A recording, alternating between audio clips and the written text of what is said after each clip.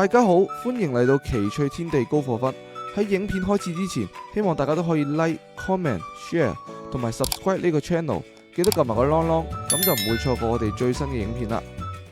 大家好啊，咁今日咧又係呢個段位之道嘅系列啦。咁啊，而家我哋呢個白棋二段，好咁啊，升小目，咁啊對方行一個嘅大飛手角啦，咁啊呢度碰一下啦，玩下呢個行法啦，我扳住睇下佢識唔識行先。好啦，練翻咁呢個時候我哋可以斷一下先咁睇個定式就睇嚟係背唔熟啦，呢個棋係嘛定唔知佢係撳錯掣啦。OK， 咁總之我呢個棋擋一下先啦。咁呢部棋你見到就非常之冇用啦。咁呢度我哋就隨便拆一個啦，呢個棋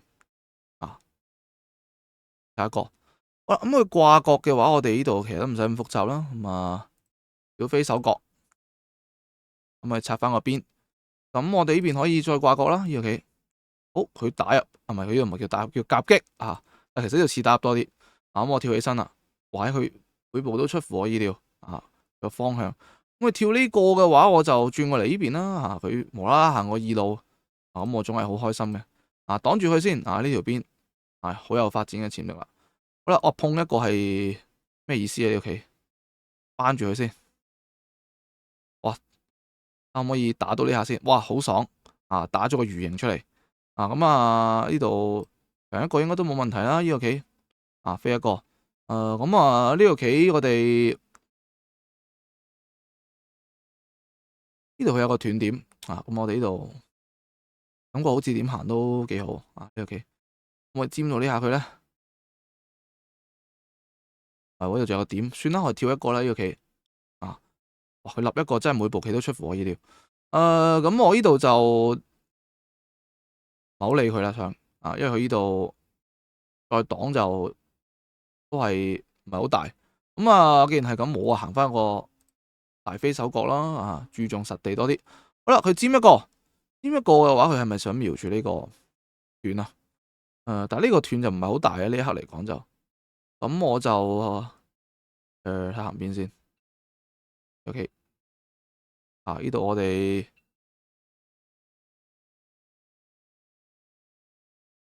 好哇！喺佢呢部棋呢個位置度出乎我意料再次都係扳住佢啦。呢個棋長我就壓住佢啦。呢個棋呢邊係發展空間比較大啲。呢度由佢圍啦，佢圍唔到幾多嘅啫，都係讓佢行就得噶啦。呢個棋好啦，再長就再退啦。呢個棋我好啦，佢呢度活就冇話唔俾佢活嘅。咁但係你見到我又多咗個外勢，就非常之開心啦。我喺度拆翻條邊先哇！佢又嚟呢招，哇！喺佢呢個係喺邊度學翻嚟嘅呢招咁樣打入咁樣呢個棋。好啦，今次嘅話我就考慮接翻就算啦。呢個棋佢行呢個嘅話，我哋就試下聲東擊西下先直接攻擊佢。好啦，呢度退一個，咁我就要發力啦。呢個棋鎮住佢因為多呢隻棋好佢就似乎係想就地做活都冇問題嘅，俾佢就地做活啦。呢個棋但係佢又想穿出嚟。咁呢個棋我哋可以飛住佢啦。呢個棋形嘅要點，哇！呢部棋退一個就得啦哇！佢咁活咁俾佢活啦。你活到咁樣，我真係冇可能唔俾你活噶，係咪先？好啦，且最大問題咧係佢呢個棋似乎係未活添呢度我哋先好，其實就咁都殺到佢嘅。呢個棋點一個啦。呢個棋一個佢呢發棋最大問題直頭唔係好活添咁呢個時候我頂呢邊啦，係嘛？你見到呢隻眼係假眼嚟嘅喎，係嘛咁所以呢個奇奇怪怪嘅打入咧就好明顯係有問題嘅行法啦。呢度你見到啦，如果冇呢隻棋嘅話咧，都的確係有機會咧係封唔住佢。好啦，衝擋住啦。呢個棋斷嘅話咧，呢邊你唔使擔心嘅呢邊我哋保住佢緊要啲呢度點保好咧？呢個棋壓一個啦。呢個棋最穩陣呢個斷咧就唔怕嘅，斷你可以打呢度咁長我呢度打啊精子嚟嘅啫。咁佢呢個就擋住啦，呢個棋係咪？呢度佢會有第二隻眼做到俾佢嘅。好，點一個咁啊，擋住啦，呢個棋都唔怕嘅。好啦，呢度係扶一個啦，未有問題。呢度佢打我就接翻。好啦，咁啊，最後呢個我哋就直接啲啦，食咗佢啦，呢個棋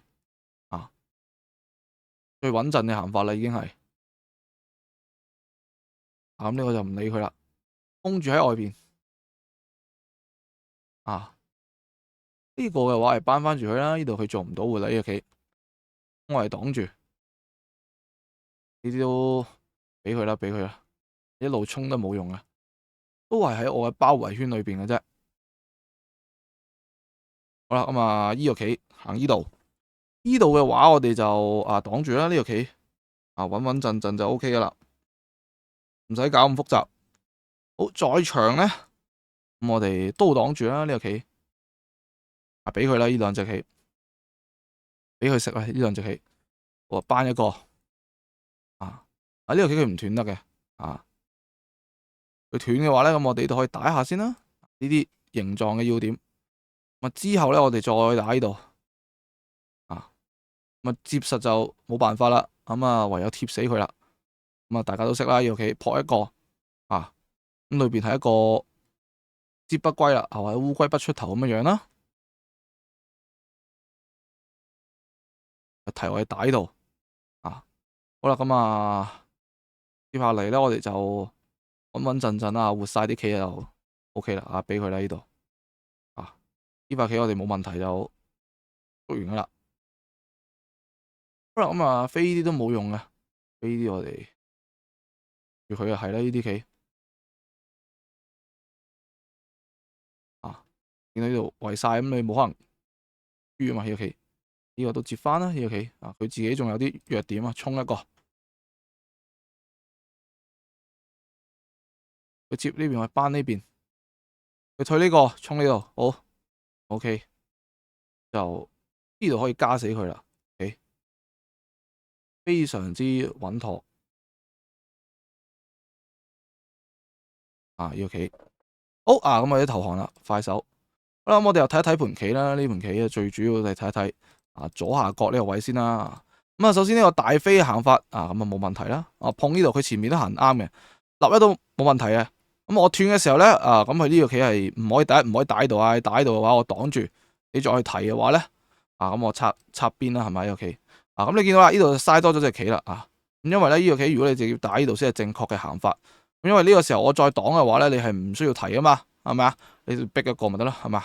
呢度我長你就擋呢邊，係嘛？所以一定要打呢邊冇用嘅，呢度係唔夠氣嘅氣係唔夠嘅所以呢個棋咧一定要打呢度呢個棋咁打呢度係其中一行法咧，咁講都唔一定要打呢度嘅，你要拐呢個咁白棋呢個時候唔擋得，擋一斷賽就出問題噶啦咁白棋要跳咁黑棋亦都唔好行呢度，因為你行呢度咧就大機會係一個二線同人哋外邊嘅交換咁你翻嚟食一個咁白棋度踩一個啦咁大體上咧呢個就係一個即係 A.I. 出嚟之後嘅一個行法嚟嘅咁你見到就即係呢度白棋就拆咗個邊啦就限制咗黑棋呢個地方嘅發展啦，係嘛？咁雖然黑棋食咗隻角咁但係白棋呢度都即係都不足啦呢個地方係啦咁大體行成咁咧就係一個2分嘅格局啦。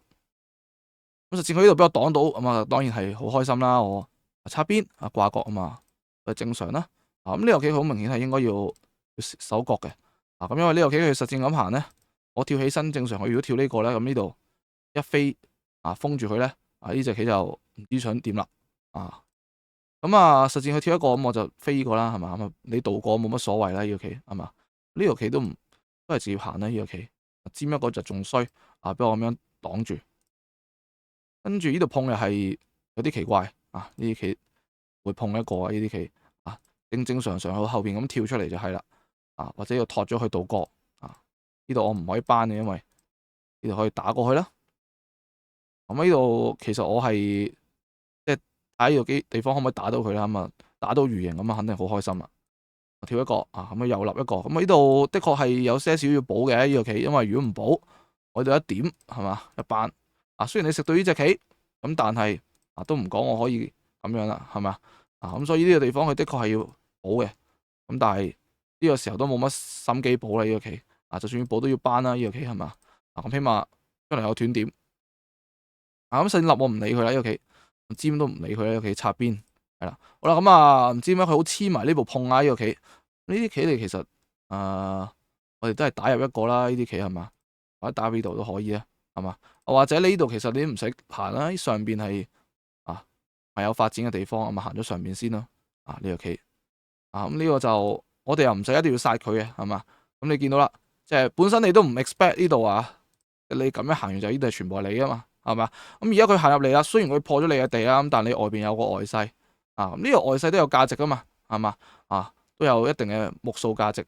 同埋厚薄嘅價值，咁佢攞咗目數咁你攞咗個外勢嘅厚薄啦，咁你見到俾佢活啦呢啲棋係嘛，咁我翻嚟一拆。咁你見到如果你冇呢啲棋嘅時候，呢度好明顯冇圍得咁順手啊嘛，係嘛？咁所以你呢度就付出咗呢個目數嘅代價，咁但係多咗呢埲牆咧，咁你去到位嘅地方咧，咁得心應手好多啦。跟住佢又嚟呢個棋，搞到我都有啲不知所措啊，咁扳完一接啦呢個棋，尖一個就奇奇怪怪，呢個棋都係本身佢呢部棋嘅問題啦。咁呢度我嗌一步先咧，咁大致意思即係話，如果你扳我牆，咁你到底係補呢個斷點定係救呢塊如果你行呢度，咁我就可以斷死你啦。咁實戰佢退一個咁一樣啦，震一個啦。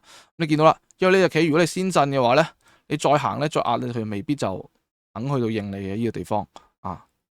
當然其實震咗先都 OK 嘅呢個棋，咁咪攻擊佢啦。呢度其實佢就罪不至死嘅，咁但係佢就行死咗自己啦。呢個棋肯定係要呢個棋，我感覺佢係扳一個先就應該就點都唔睇落都唔似會死嘅呢個棋，我覺得就我都唔會硬殺佢嘅呢個棋。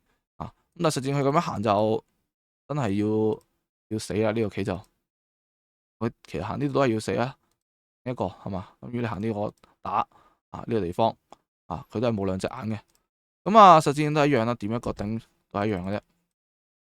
咁後邊基本上就只要佢呢塊棋冇手段咧就冇啦。咁呢個地方斷都唔怕，斷你可以打喺度，呢個時候可以一個咁嘅方法咧蒸死佢嘅。計算係好精準嘅呢度，好啦，咁喺度都冇乜關事喺度就認住佢啦。咁呢兩隻棋其實我一路都預咗佢斷嘅，其實佢斷我都蒸唔到嘅，咁我譬如俾佢食啦呢隻棋，第一佢食都唔係咁容易食，第二呢隻棋本身呢塊棋都安全嘅，係嘛？佢食咗呢兩隻棋，都還好啦，係嘛？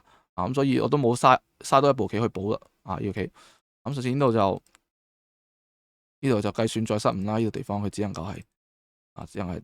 呢個我食住呢度就算啦，我食呢度就行完就冇啦呢個棋基本上就完咗啦呢盤棋。